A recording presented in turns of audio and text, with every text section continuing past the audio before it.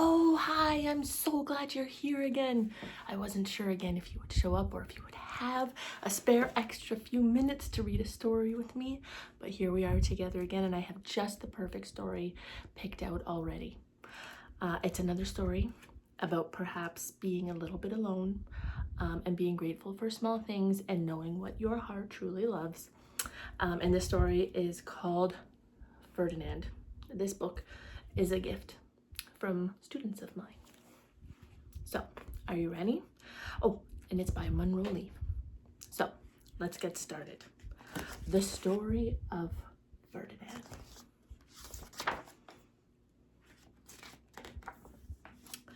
Once upon a time in Spain. Now, do you know where Spain is? Spain is in the continent of Europe.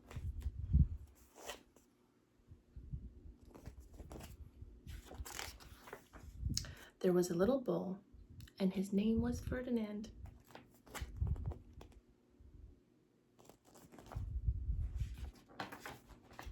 All the other little bulls he lived with would run and jump and butt their heads together. Sounds silly.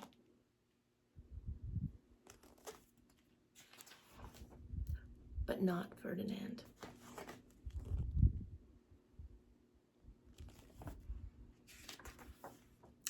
He liked to just sit quietly and smell the flowers. I, too, love flowers.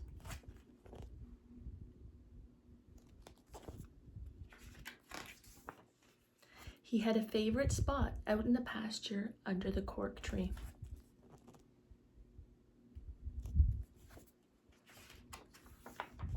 It was his favorite tree, and he would sit in its shade all day and smell the flowers.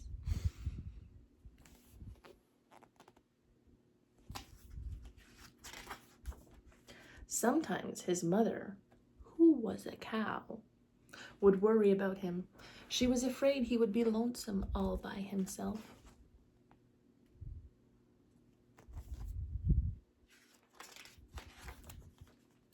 Why don't you run and play with the other little bulls and skip and butt your head, she would say.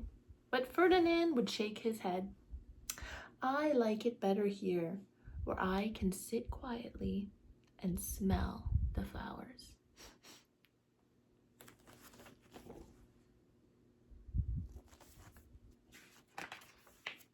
His mother saw that he was not lonesome, and because she was an understanding mother, even though she was just a cow, she let him sit there and be happy.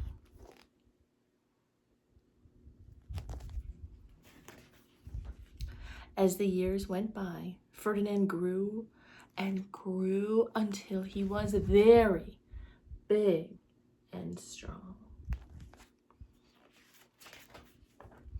All the other bulls who had grown up with him in the same pasture would fight each other all day. They would butt each other and stick each other with their horns. What they wanted most of all was to be picked to fight at the bullfights in Madrid.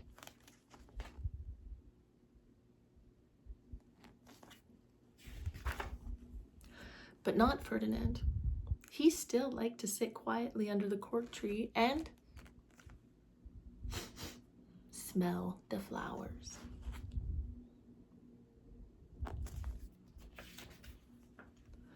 One day, 5 men came in very funny hats to pick the biggest, fastest, and roughest bull to fight in the bullfights in Madrid.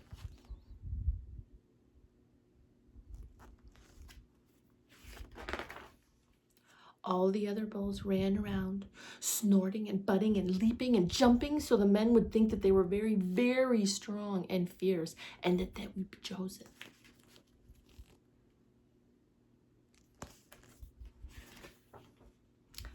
Ferdinand knew that they would not pick him, and he didn't care.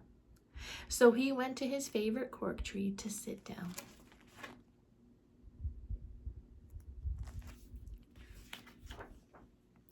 He didn't look where he was sitting.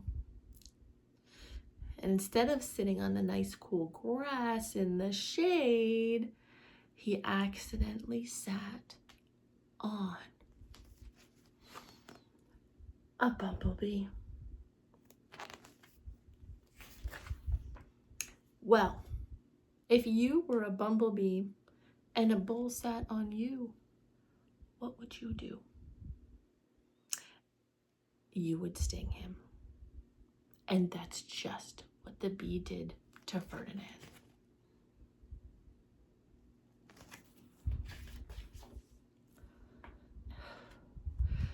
Wow! Did that hurt? Ferdinand jumped up with a snort. He ran around puffing and snorting and butting and pawing the ground as if he were crazy.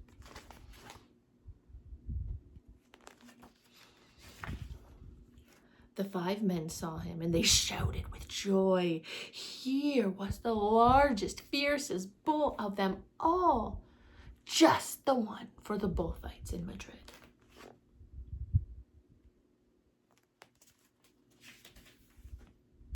They took him away for the bullfight one day in a cart.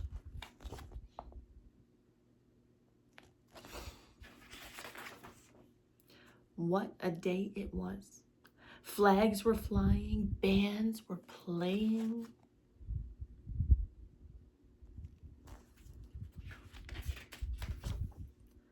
And all the lovely ladies had flowers in their hair.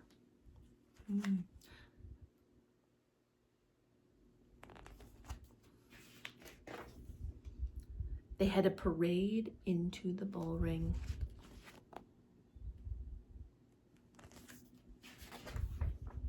First came the banderilleros with long, sharp pins and ribbons stuck to them.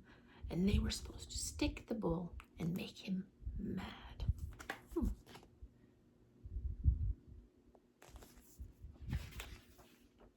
Next came the picadores. They rode skinny horses and they had long spears to stick the bull and make him madder.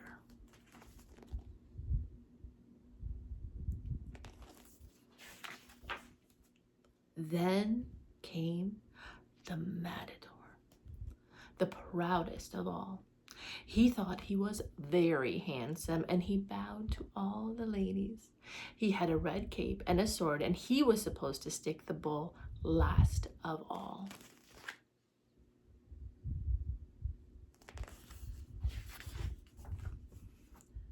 Then came the bull. And you know who that was, don't you?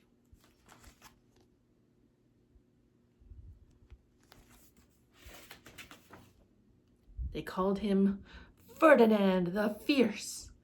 And the banderilleros were afraid of him. And the picadores were afraid of him. And the matador was scared stiff.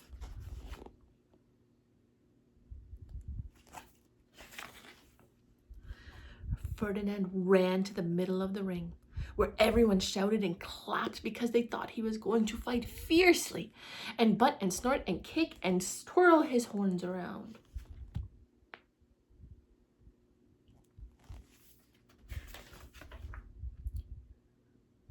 But not Ferdinand. When he got to the middle of the ring, he saw all the flowers in the lovely lady's hair, and he just sat down quietly and smelled.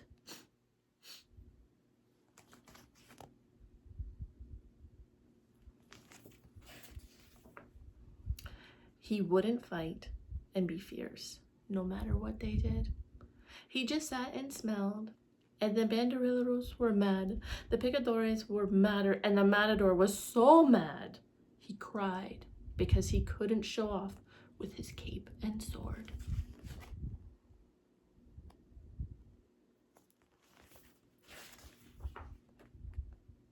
So they had to take Ferdinand home.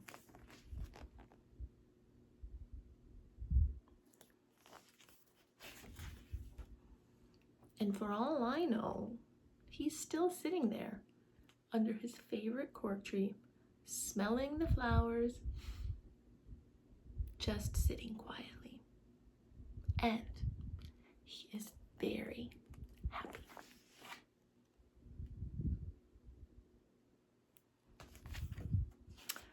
Well, I hope you enjoyed that story. I know I did. I love stories that encourage us to be ourselves. If you have another story that you'd like to hear, something special, please drop it in the comments. And if you'd like to hear more stories with Miss Nicole, subscribe, and we'll see each other again soon.